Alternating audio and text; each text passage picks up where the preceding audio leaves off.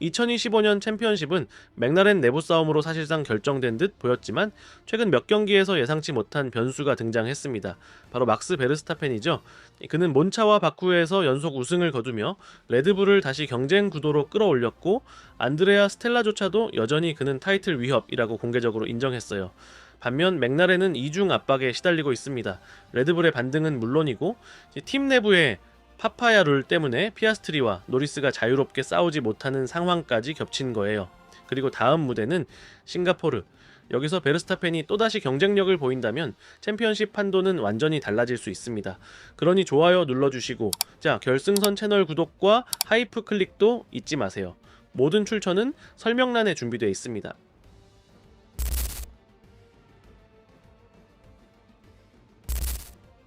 몇 달 전까지만 해도 맥라렌이 챔피언십을 완전히 장악한 것처럼 보였는데 최근 두 번의 레이스가 판세를 완전히 바꿔버렸습니다. 부활한 건 다름 아닌 레드불 그리고 막스 베르스타펜이었죠. 그는 몬차와 바쿠에서 모두 폴 포지션에서 출발해 압도적인 우승을 거두며 RB21이 다시 경쟁력을 되찾았다는 걸 보여줬습니다. 그 배경에는 이탈리아 그랑프리에서 선보인 새로운 플로어와 차의 운용 윈도우와 지상고를 최적화하는 새로운 접근이 있었어요. 저 숫자가 말해줍니다. 헝가리까지만 해도 베르스타펜은 사실상 챔피언십 경쟁에서 배제된 분위기였고 오스카 피아스트리와의 격차는 90포인트가 넘었어요. 하지만 몬차에서 저다운포스 서킷을 정복했고 이어 바쿠라는 복잡한 스트리트 코스에서도 우승하면서 이게 단순한 반짝이 아니라는 걸 증명했죠. 헬무트 마르코는 완전히 새로운 기술적 길을 찾았다며 어떤 서킷에도 적용할 수 있다고 강조했습니다. 맥라렌은 즉각 경계 신호를 켰습니다. 팀 수장 안드레아 스텔라는 베르스타펜은 진짜 위협이다, 확실하다, 고 잘라 말했죠. 자, 드라이버들 역시 위기를 인정합니다. 피아스트리와 랜도 노리스는 이제 서로와 싸우는 것뿐 아니라 뒤에서 다가오는 베르스타펜까지 신경 써야 하거든요. 자, 팀 내부 경쟁이 한때는 사치처럼 보였지만 지금은 오히려 약점이 될 수 있어요. 서로 포인트를 깎아먹는 동안 베르스타펜이 그 차이를 줄여버리니까요. 물론 격차는 여전히 큽니다. 피아스트리와는 69포인트, 노리스와는 44포인트 차이예요. 하지만 문제는 맥라렌이 바쿠에서 두 드라이버 모두 실수로 무너진 반면 베르스타펜은 단 하나도 놓치지 않았다는 겁니다. 그는 기회를 잡을 줄 알고 긴 챔피언십에서 이런 집요함은 치명적 무기가 돼요. 지금 상황은 분명해요. 한때는 지루하다고까지 여겨졌던 타이틀 경쟁이 이제는 강력한 라이벌의 등장으로 훨씬 흥미로워진 거죠. 레드불이 2023년 수준까지는 아니더라도 최근의 업그레이드로 베르스타펜이 확실히 돌아왔습니다. 그리고 맥라렌은 그걸 누구보다 잘 알고 있어요.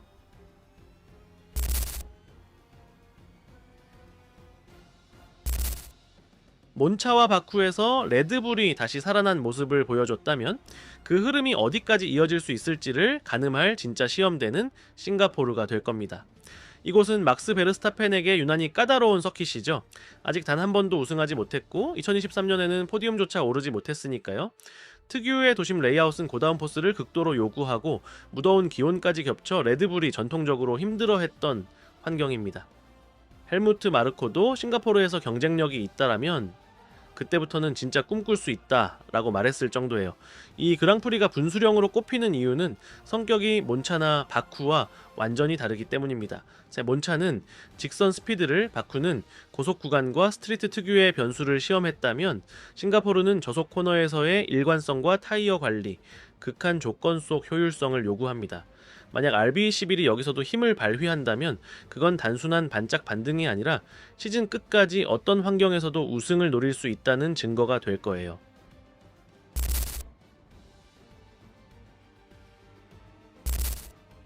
수학적으로 보면 여전히 막대한 격차예요. 오스카 피아스트리와는 69포인트 차, 남은 건 7번의 레이스와 3번의 스프린트뿐이죠. 단순 계산으로는 매 주말마다 평균 12포인트씩 줄여야 합니다. 현실적으로는 쉽지 않아 보이지만 불가능은 아니에요. 최근 두 경기에서만 베르스타펜은 피아스트리와의 격차를 이미 35포인트나 줄였으니까요. 자, 그에게 유리한 건 일관성이에요. 포인트를 나눠야 할 팀 동료가 없는 반면 맥라렌은 상황이 정반대입니다. 자, 노리스와 피아스트리가 서로 발목을 잡을 수 있고 바쿠에서처럼 전략 실수나 개인적인 에러가 나오면 베르스타펜은 절대 그 기회를 놓치지 않죠. 그래서 안드레아 스텔라와 맥라렌 스스로도 그를 위협적인 존재로 보는 겁니다. 격차가 아무리 커도요. 결국 싱가포르가 판도를 가를 거예요. 레드불의 반등이 잠깐 불꽃처럼 스쳐가는 순간일지 아니면 진짜 챔피언십 반전의 시작일지 말이죠. 만약 베르스타펜이 거기서도 경쟁력을 보인다면 이미 끝난 것처럼 보였던 타이틀 싸움이 새로운 긴장과 드라마를 얻게 됩니다. 솔직히 말해 우리가 원하는 게 바로 그거잖아요. 드라이버들이 진짜 두려움을 느끼고 챔피언십을 위해 한계까지 몰아붙이는 장면. 그런데 맥라렌은 정작 그 선까지 못 가요. 거의 잡을 듯 하다가도 뭔가 막혀서 정작 서킷 위에서는 치열한 맞대결이 잘 안 펼쳐지죠. 반대로 베르스타펜이 경쟁에 끼어든다면 이 싸움은 완전히 달라질 겁니다.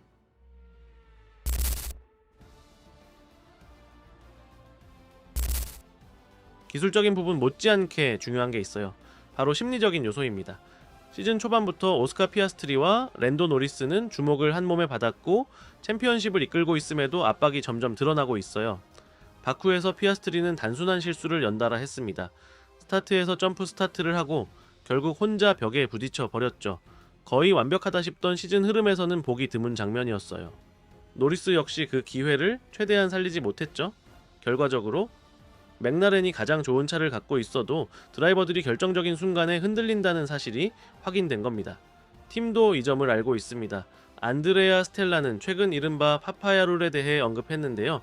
겉으로는 단순히 두 드라이버가 충돌을 피하라는 가이드라인처럼 보이지만 실제로는 그 이상인 듯합니다. 노리스와 피아스트리가 서로 맞붙을 때 완전히 마음 놓고 한계까지 밀어붙이지 못하는 느낌이에요. 실수에 대한 두려움일 수도 있고 아니면은 팀이 상황을 억제하려는 시도일 수도 있죠. 하지만 중요한 건 지금까지 두 선수가 진짜로 치열하게 싸우는 장면이 거의 없었다는 사실입니다. 이제 컨스트럭터 타이틀은 사실상 확정된 분위기예요. 그렇다면 맥라렌이 드라이버들 간의 직접 대결을 더 열어줄 가능성도 있습니다. 그리고 만약 베르스타펜이 지금처럼 챔피언십 경쟁 속도로 계속 달린다면 이건 바로 팬들이 시즌 초부터 기다리던 장면, 3명의 주인공이 정면으로 부딪히는 진짜 싸움으로 이어질 수 있어요. 반면 베르스타펜은 잃을 게 없습니다. 팀 동료와 포인트를 나눌 필요도 없고 계산보다 본능에 가까운 날카로운 멘탈리티로 달리죠. 수학적으로 가능성이 있는 한 모든 걸 걸 겁니다. 사실 이런 무압박 상황이 그에게 유리하게 작용할 수도 있어요. 2010년에 베텔, 2007년에 라이코넨도 그랬습니다. 유력 후보들이 흔들렸기에 반전이 가능했죠. 지금 그림은 명확합니다. 베르스타펜에게 불리한 건 69포인트 차와 남은 시간의 부족이에요. 하지만 그에게 유리한 건 꾸준함, 레드불의 기술적 진화, 그리고 맥라렌 내부를 갉아먹는 압박감이죠. 만약 싱가포르에서 RBI11이 다시 강세를 이어간다면 챔피언십은 진짜 불붙을 겁니다. 그리고 솔직히 말해 베르스타펜을 응원하지 않는 팬들조차 이제는 그가 이 타이틀 싸움을 역사적인 결말로 바꿀 마지막 퍼즐 조각처럼 보이기 시작했어요.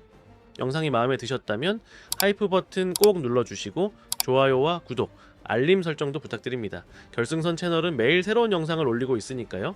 모든 출처는 설명란에 정리되어 있습니다. 고맙습니다. 그리고 다음 영상에서 또 뵙겠습니다.